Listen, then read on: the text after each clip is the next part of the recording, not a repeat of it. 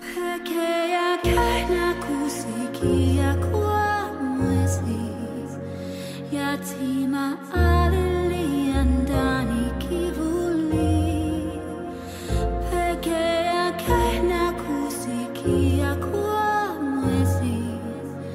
Maisha anasali kuokolewa, amezunguka zunguka mbali sana, sasa hajui barabara ya kwake. Dunia inajua hadithi yake, lakini nani ajua jina lake?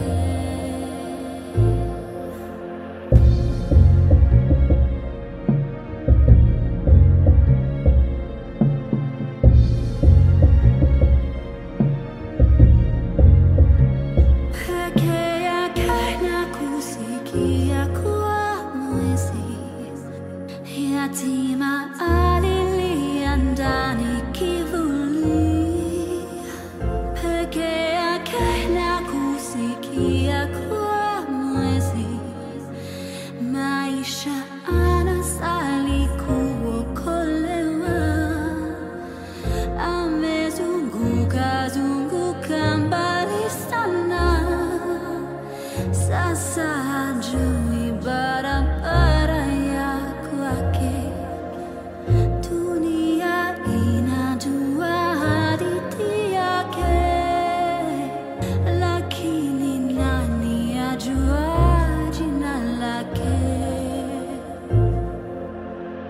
Mwezi ukipo urudilia tafajiriwa, mwezi ukipo urudilia weza kulala, mwezi ukipo urudilia tafajiriwa, mwezi ukipo naomba kwa maisha, mwezi ukipo urudilia tafajiriwa, mwezi ukipo urudilia weza kulala, mwezi ukipo urudilia tafajiriwa, mwezi ukipo naomba kwa maisha, mwezi ukipo urudilia tafajiriwa, mwezi ukipo urudilia weza kulala, mwezi ukipo urudilia tafajiriwa, mwezi ukipo naomba kwa maisha.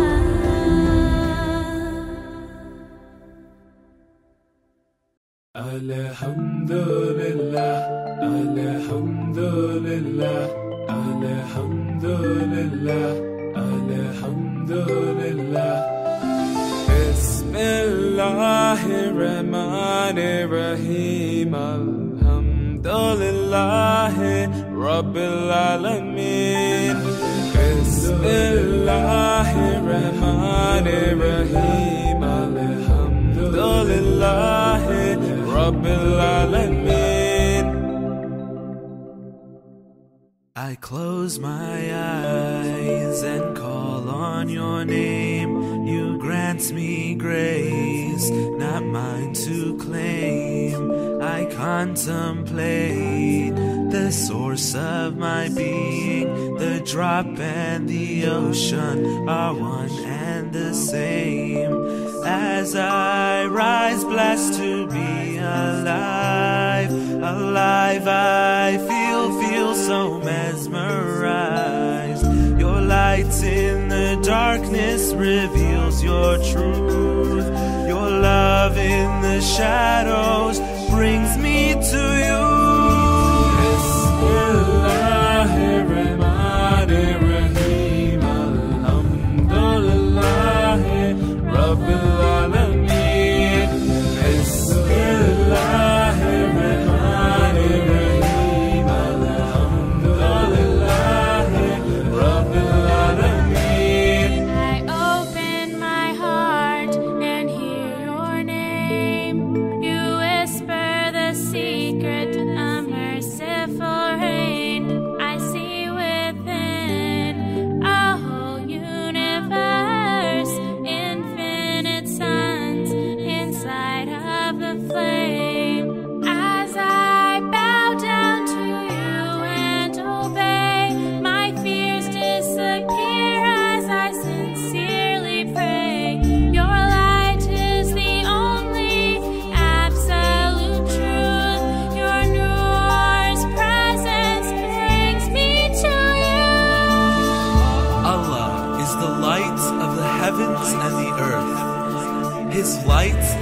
as a niche in which is a lamp, and the lamp is in a glass.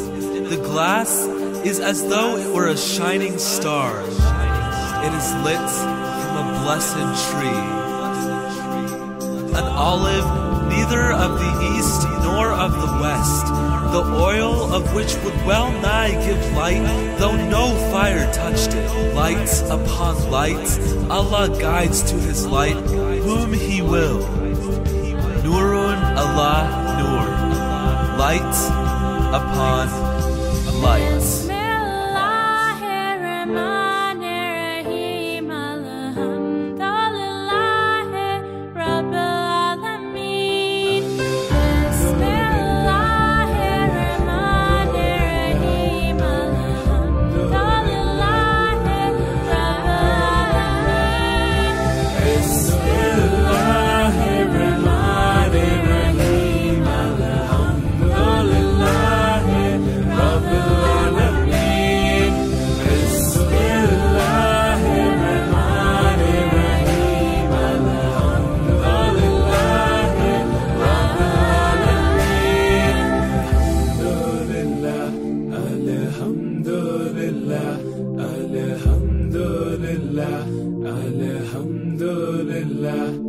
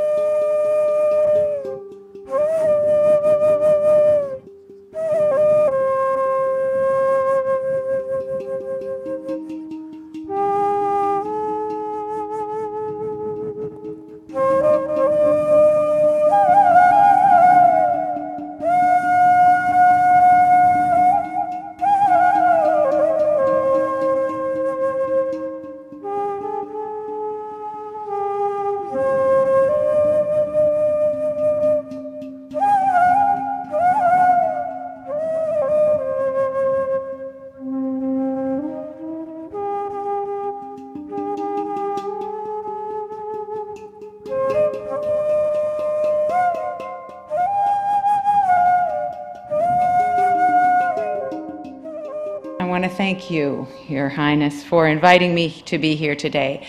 And I want to thank everyone for coming to the inaugural opening of the new Aga Khan Park, and to acknowledge the Aga Khan Development Network, the Ismaili Council for Canada, and all of you who have worked so hard to get us to this moment. Thank you, because I know that so many of you in this room have had a role to play.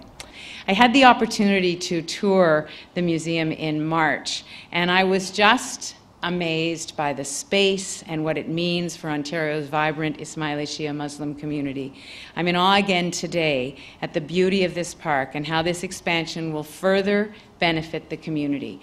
And it will benefit the Ismaili community, but it goes so much beyond that, and it will benefit all of the communities in the surrounding area and in the city and in the province.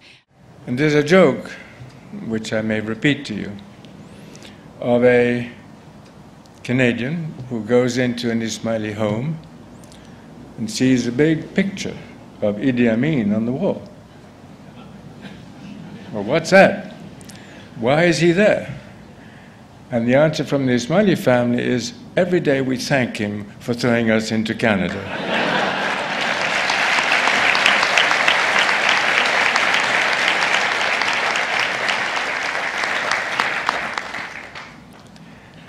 Many of you will remember the day when we formally opened two stunning buildings on this site, the Aga Khan Museum and the Ismaili Center. That was just 8 months ago. We promised that we would be back in the spring to dedicate the park that joins these two buildings. Spring would be a time, we thought, when the park's natural beauty could be seen to the fullest advantage. And I have to admit that I spent much of this morning wondering whether it was going to rain or not. Well, spring is here. And here we are, and what a privilege it is to share this occasion with all of you. To restore and create beautiful green spaces has become a prime goal of the Aga Khan Trust for Culture, with some 10 notable achievements in places ranging from Cairo to Zanzibar, from Delhi to Kabul, from Dushanbe in Tajikistan to Bamako in Mali. And more projects are coming, including 2 contemporary Islamic gardens to be built at the University of Alberta and in Burnaby.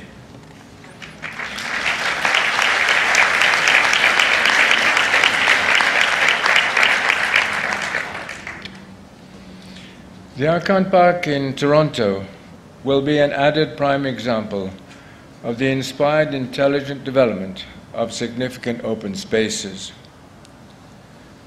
The park and its gardens can serve as a symbol of connection in other ways as well. Among them are rich connections across time, linking us to the past. All of this, of course, is done in the service of rich Islamic traditions expressed in a 21st century idiom. And it is all set in a Canadian context, where the ideals of cultural pluralism are so deeply rooted. The age-old question is a profound one. How can humankind honor what is distinctive about our separate identities, and at the same time see diversity itself as a source of inspiration and blessing? Rather than fearing difference, how can we learn to embrace difference so that we can live together more peacefully and productively? This city and this country have been among the world leaders in providing positive answers to that ancient question.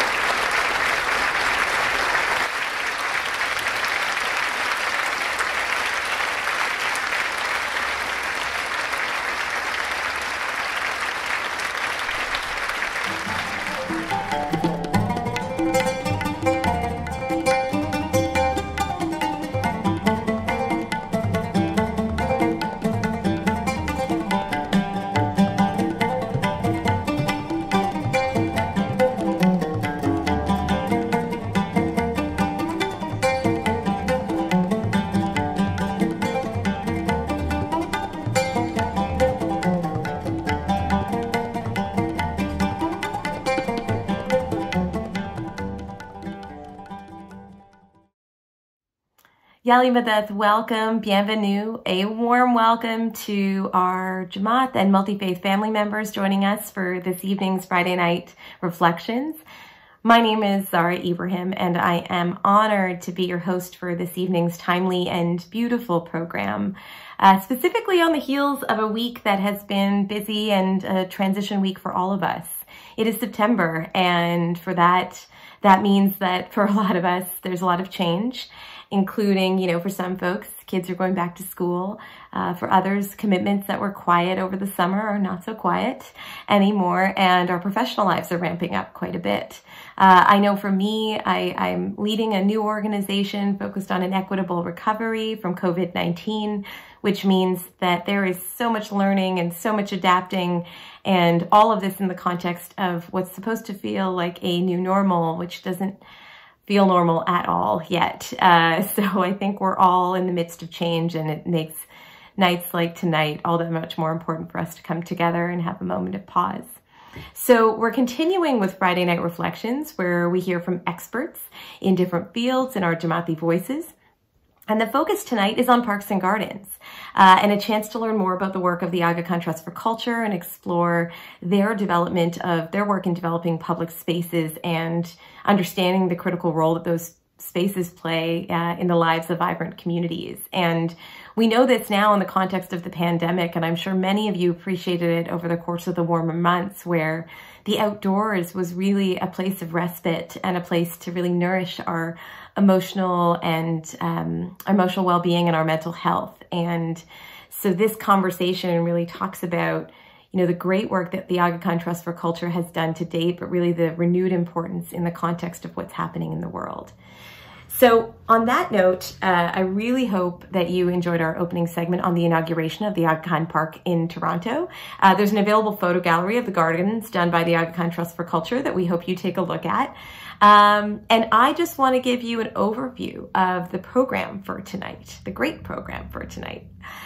So we'll be starting off with a screening of a short film entitled Islamic Gardens, Catalyst for Change, and really looking at the impact that these spaces have had in the lives of those who live in those regions and around these great, amazing initiatives and spaces.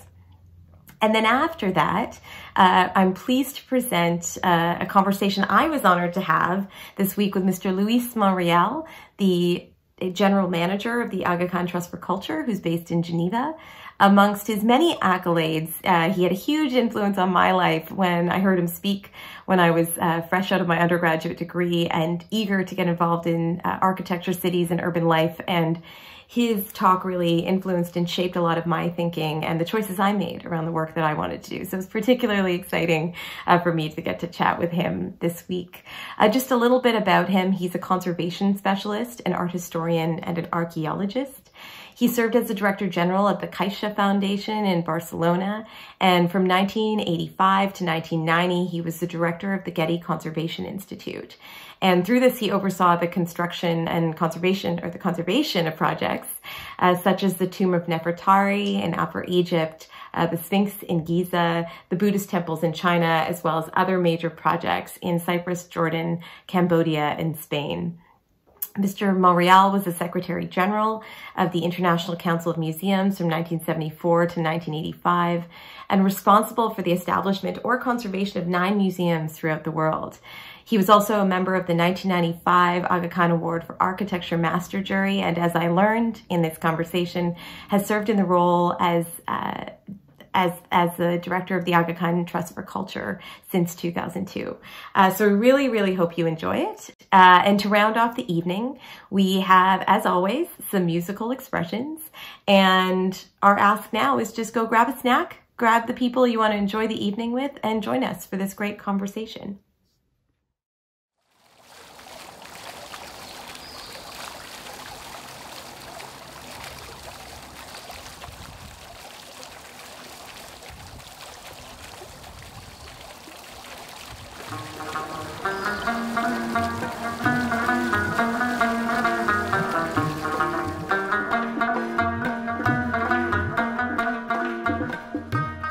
The garden has for many centuries served as a central element in Muslim culture. The Holy Quran itself portrays the garden as a central symbol of a spiritual ideal, a place where human creativity and divine majesty are fused, where the ingenuity of humanity and the beauty of nature are productively connected. Gardens are a place where the ephemeral meets the eternal, and where the eternal meets the hand of man.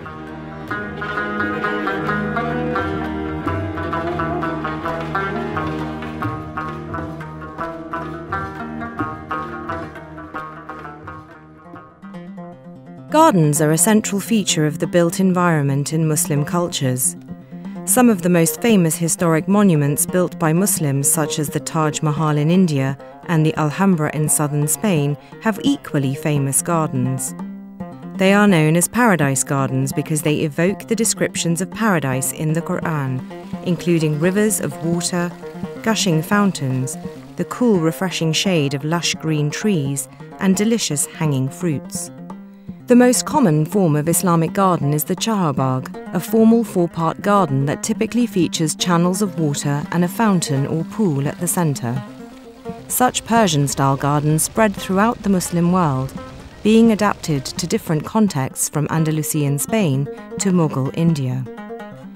Yet these formal gardens had their roots in agriculture and the need to cultivate a hot, dry landscape where water is the most precious resource. If you look back historically in Islamic countries, the conveyance of water to fields, to orchards, to the bustan, to cultivate vegetables, food, was an essential piece of survival, and that those elements were then brought into the formal garden and envisioned as part of the Garden of Paradise.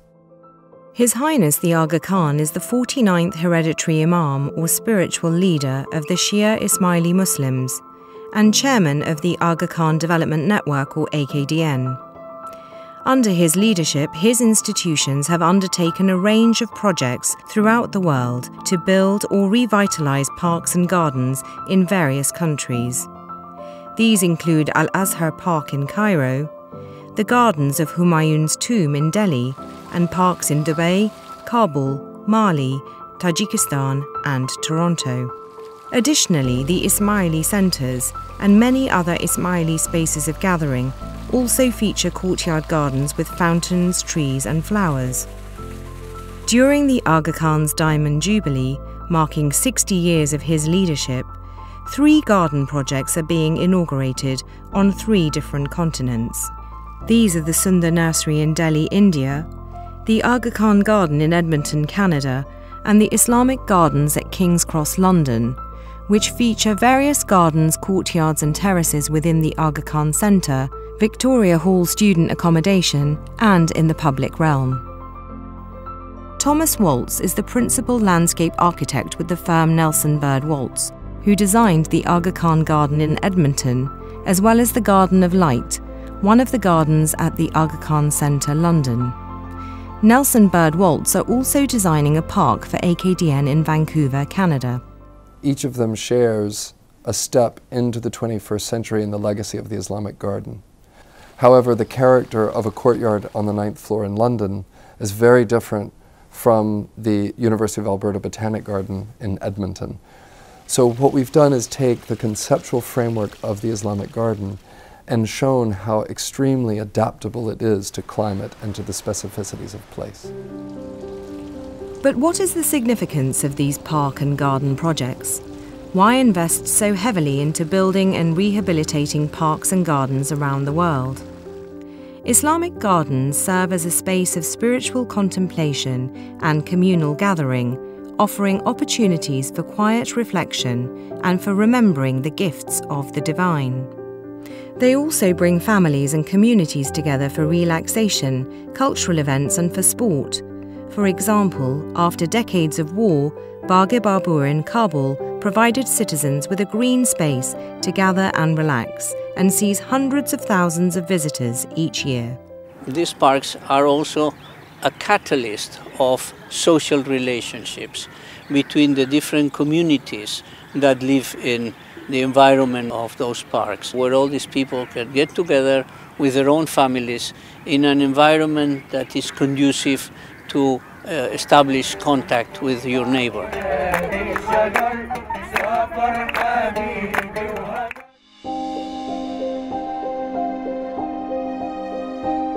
Gardens also play an important role in environmental stewardship and scientific advancement.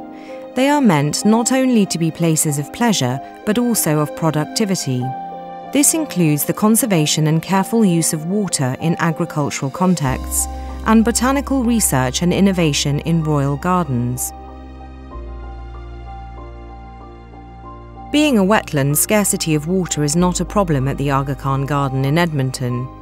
A formal charbagh flows into a large pond, around which is a bustan or orchard, with fruit trees native to a cold climate.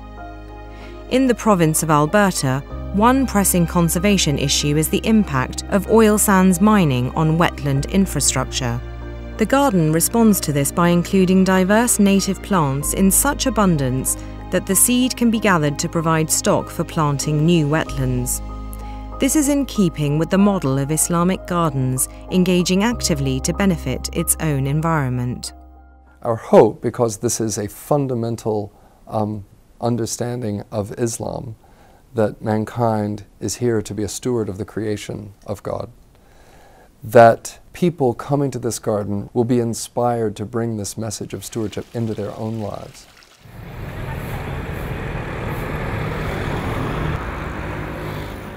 Too often in recent years, urban architecture, under pressure from rural populations, urbanizing, greater human longevity, and shrinking budgets, has neglected the importance of open spaces in a healthy city landscape. We keep crowding more buildings into dense concentrations while shortchanging the enormous impact that well-designed open spaces, green spaces, can have on the quality of urban life. The Sundar Nursery in Delhi provides 70 acres of green space in a metropolitan area with over 26 million people. It has contributed to the local ecology through the planting of 20,000 plants and 280 tree species, and bringing 80 new species of birds that had left the urban context. The Sundar Nursery is part of a wider cultural and economic revitalization project that includes the restoration of the Emperor Humayun's tomb and its gardens, the earliest example of a Mughal garden tomb, as well as improving the quality of life of people in the surrounding area, Nizamuddin Basti. This includes establishing an early childhood development centre, refurbishing a primary school, running vocational training programs, upgrading a health clinic, improvements to the urban fabric, and reviving living cultural traditions which encompass performing arts, classical music, poetry and traditional crafts.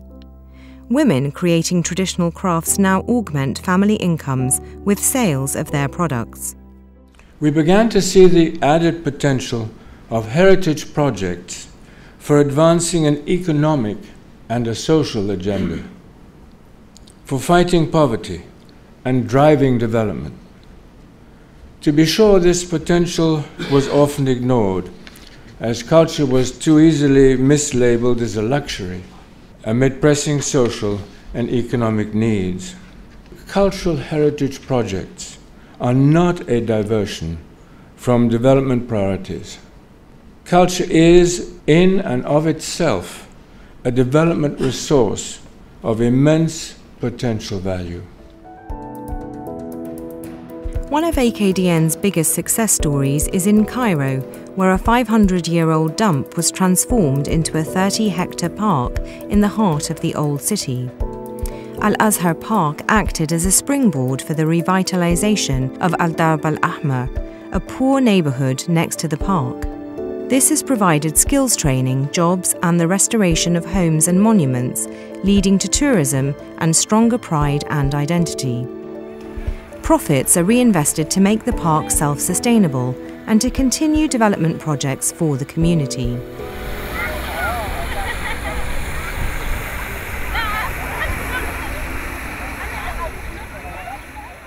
Parks and gardens can also play an educational role.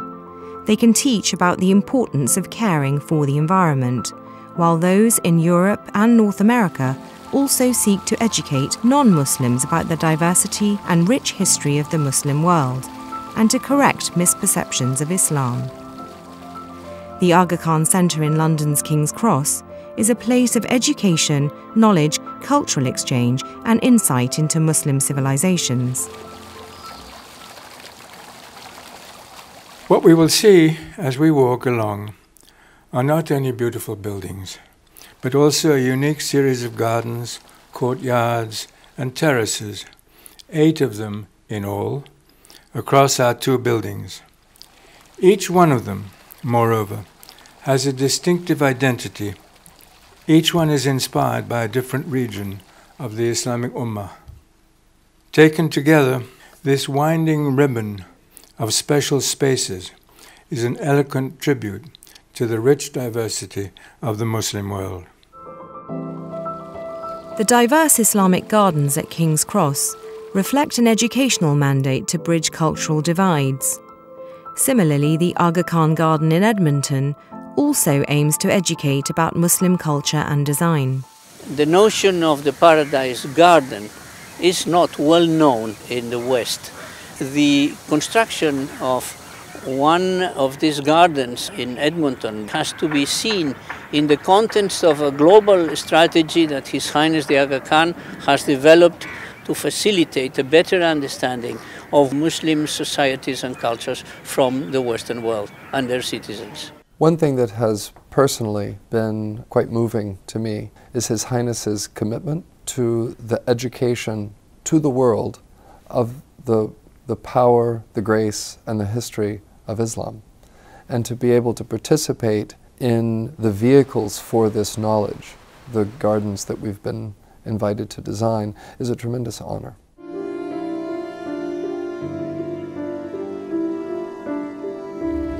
The parks and gardens developed by the Ismaili Imamate under His Highness the Aga Khan's vision and direction have multifaceted aims. They are spiritual and communal spaces. They contribute positively to the environment. They are catalysts for cultural and economic development. And they educate about the diversity and richness of Muslim cultures.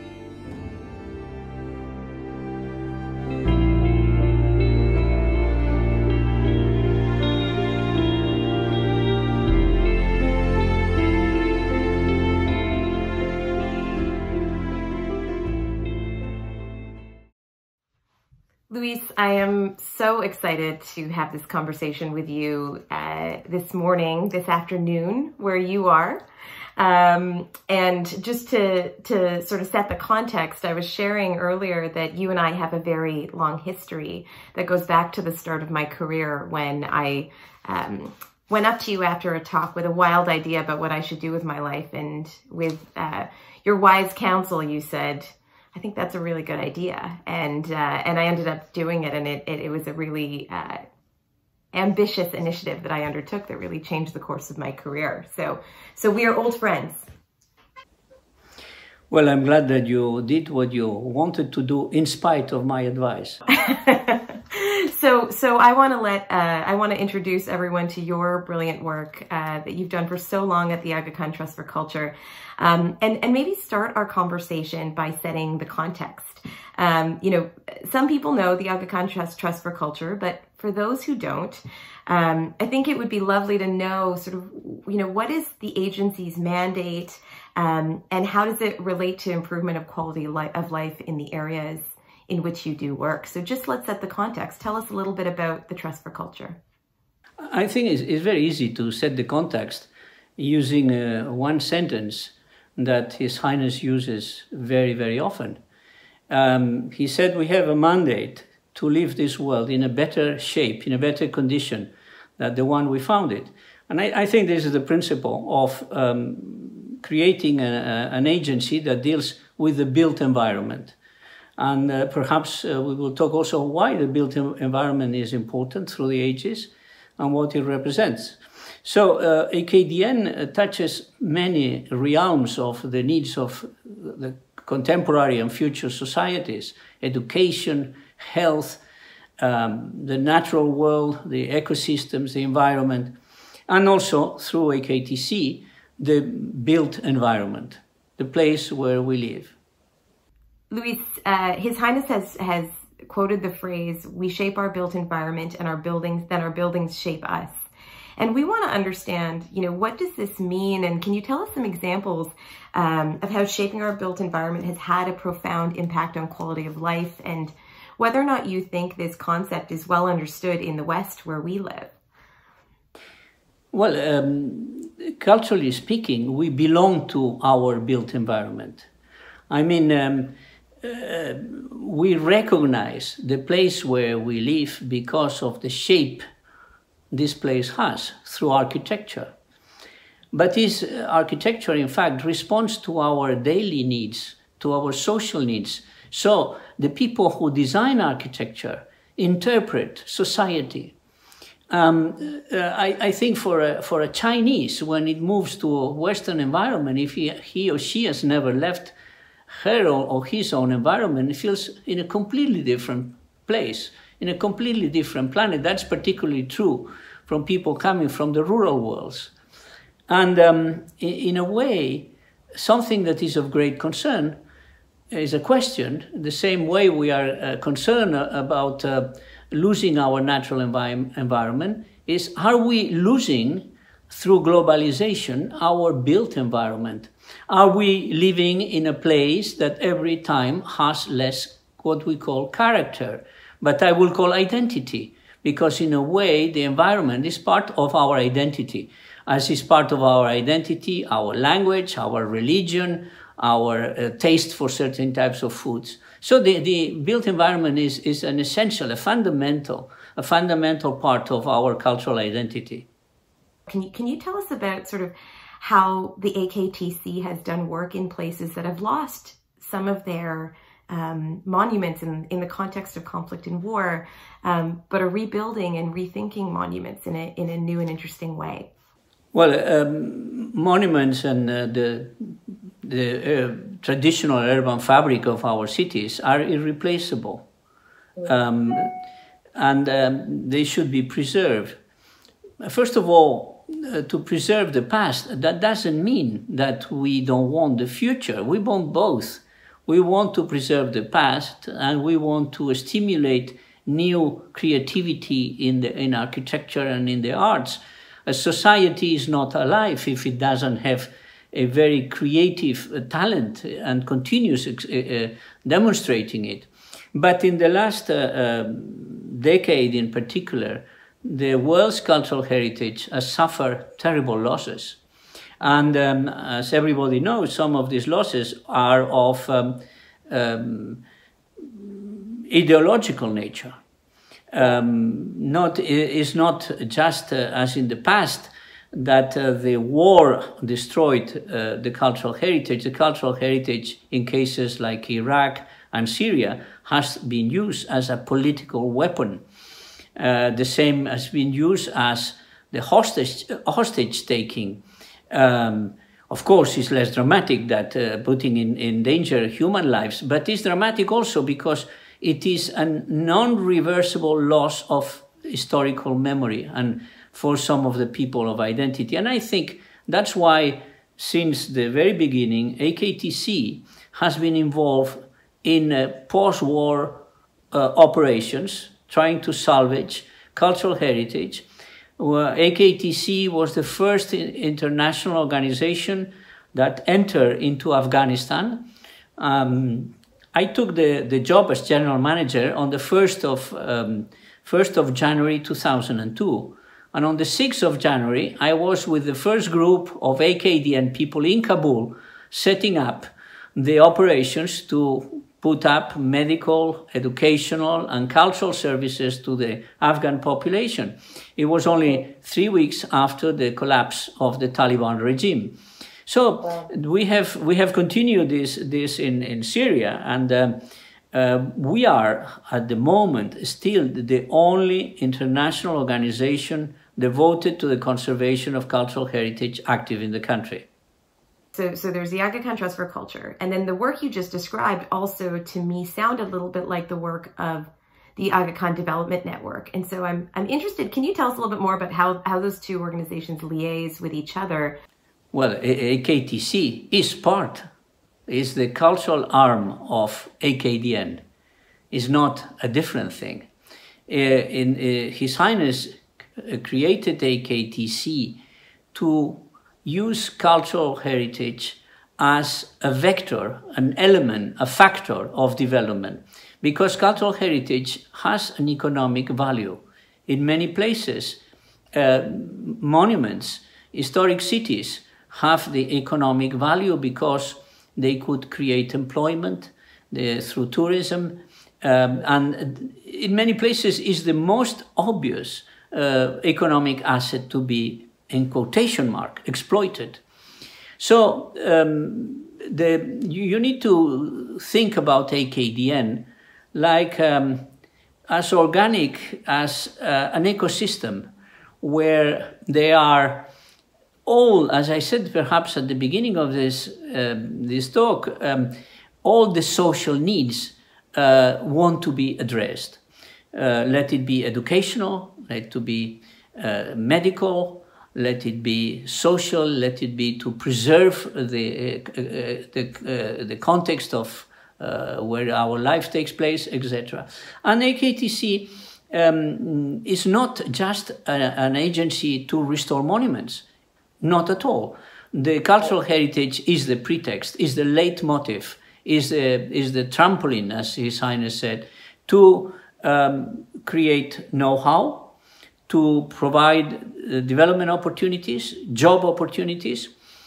Look, to be very precise, our projects in different countries generate a lot of employment, not through the capital investment that they bring to the country, but by the development of ancillary activities around the cultural heritage.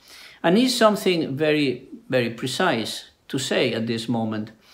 Last year, in 2019, the Historic Cities Program, which is the AKTC's program that deals with the conservation of cultural heritage, received 74% of resources to operate in these countries from public funding. Our major contributors were European governments. So we have, through the model that we have established to use cultural properties as an element for development, we have created a model that is of interest to the public sector, to European governments. We have our major contributors are the German and the Norwegian governments.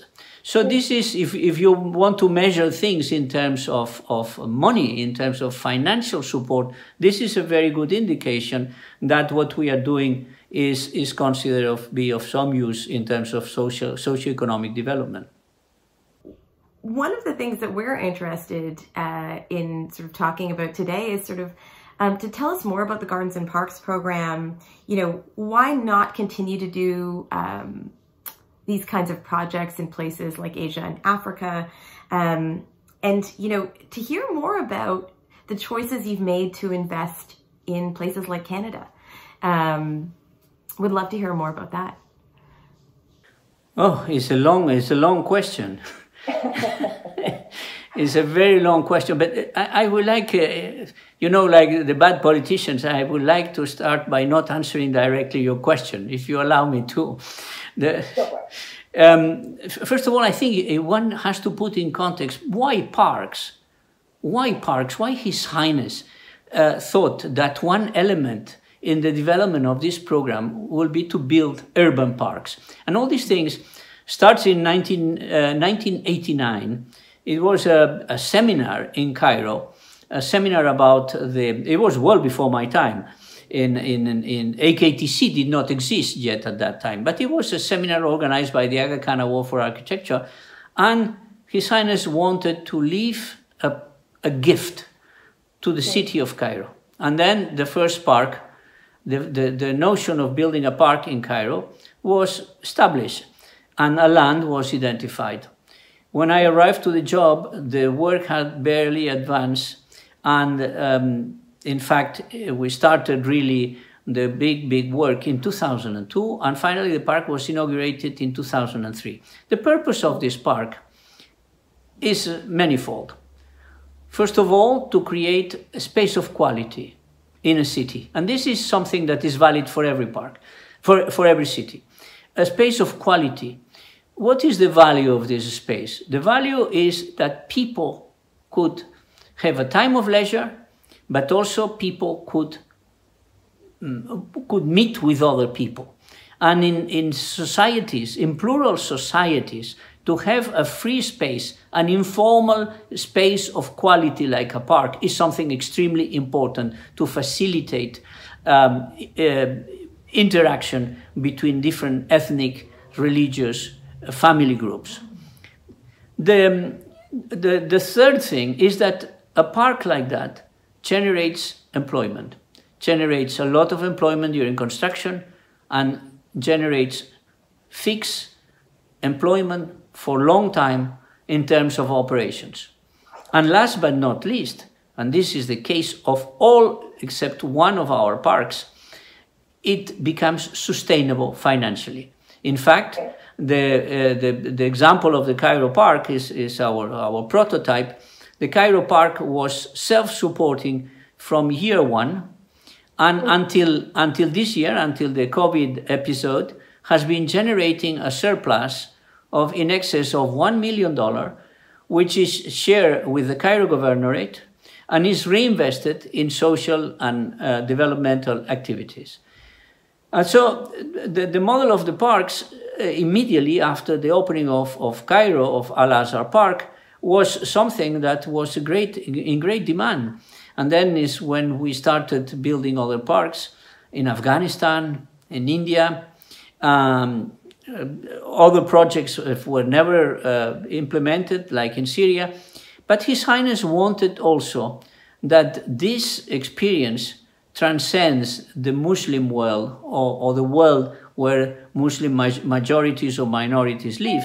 And that's why he thought that it would be important to have, like is the case of Edmonton, the Devonian Gardens, an example done by contemporary landscape designers of what could be the spirit. The spirit, I said, not the style, it's not a pastiche. The Edmonton Garden is a contemporary interpretation of the principles of the Islamic garden as it has been developed since probably the 13th or 14th century in Central Asia. And I think His Highness' gift to the University of Alberta was determined by many, many reasons. One, I've already said, is the fact that it's important that we have the culture has to travel, and it's important that the ancestral culture of and the know-how of Islamic gardening is in a modern country like Canada. The second thing is the presence of such an important Jamaat in Canada. And I think this garden is also a pride for the Jamaat, as it is the fantastic park around the Ismaili Center in Toronto and the Aga Khan Museum, designed by Jorovich, which is another contemporary interpretation of the Islamic gardens.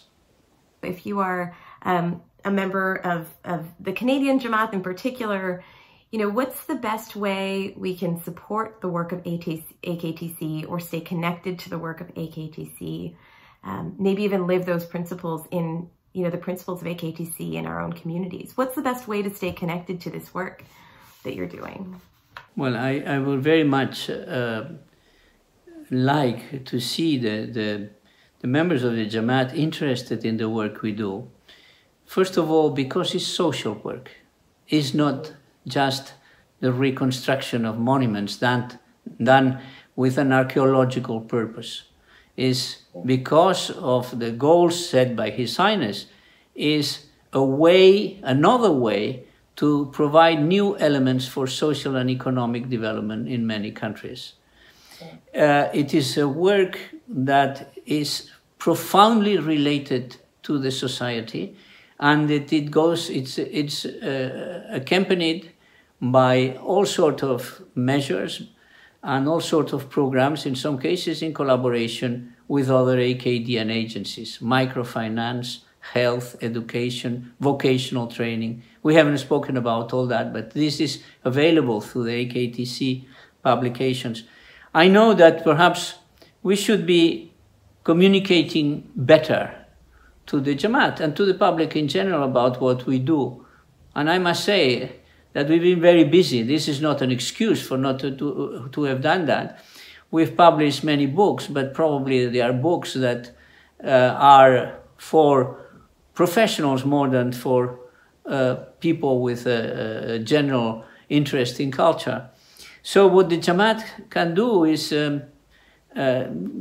ask us questions, suggest what we can do to make our work more available, more attractive. We have done some films. Prince Ali recently made a fantastic film on the work we've done in Cairo. I'm sure many members of the Jamaat have seen it. And for me, that film was being done by somebody so involved, but at the same time, not a member of AKTC. For me, was a vision from outside of AKTC of what a park is and what are the benefits that I found extremely telling and extremely refreshing. So please let us know what, I will put it the other way around. Let us know what we can do for you.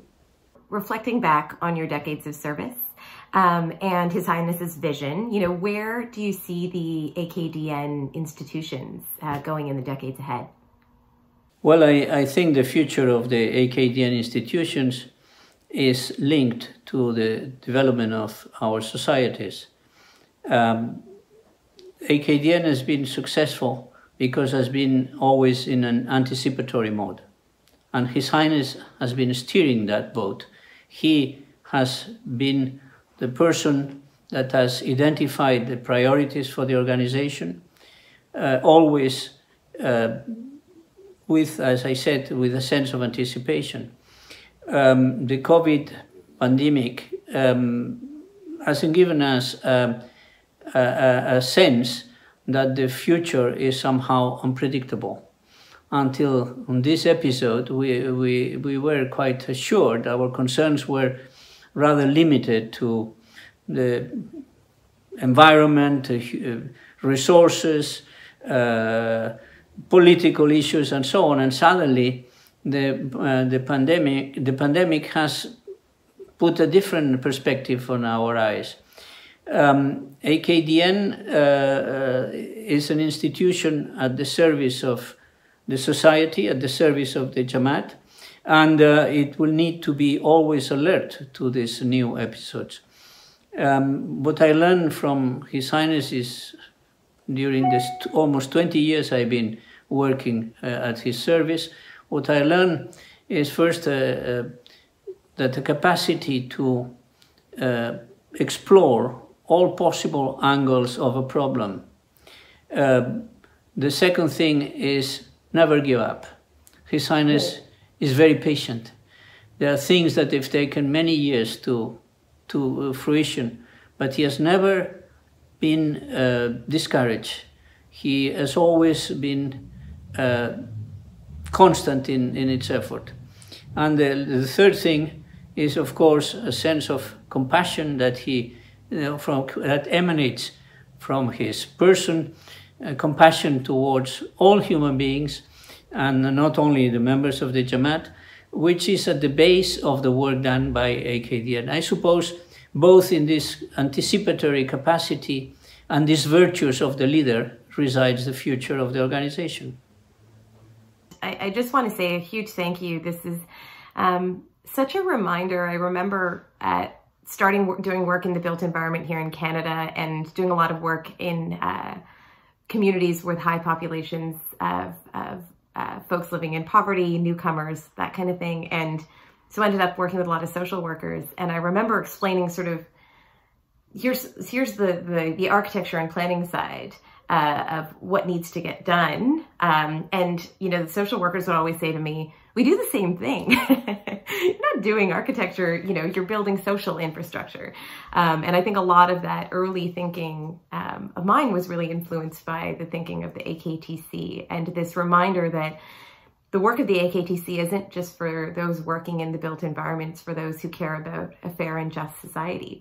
And I think for that reason, all of the lift that the work does is so important. But we will ask everyone to follow up with questions and to engage and find ways to make your work increasingly more accessible to all of us. So that, Luis, this has been such a joy. We could do this all day, but we will let you go. It is getting late in Geneva. And thank you so much for the conversation. Thank you for inviting me to come to your talk. Bye-bye. Bye. So I just wanted to take the opportunity to say one more thank you to Mr. Monreal for taking the time to have this important conversation and tell us more about what the work that the Aga Khan Trust for Culture has been doing and the renewed importance of the organization in the context of what's happening in the world right now, and really the call to action around our engagement and our ongoing engagement with this great work as we sort of build this new reality together. So please, you know, ask your questions and put them forward and make your voices heard. I really loved that call to action. So we will end our show tonight, as always, with some musical expression. And tonight is the premiere of a new musical piece entitled Chera Tera, performed by Zahid Damani and Anar Hussein Ali at our very own Aga Khan Gardens in Edmonton. And before I sign off for the evening, I just want to say thank you to you all for joining and making the time to come together. And it's been such a pleasure to be your host for this conversation in particular. So please stay on, enjoy the music, and we will see you next Friday.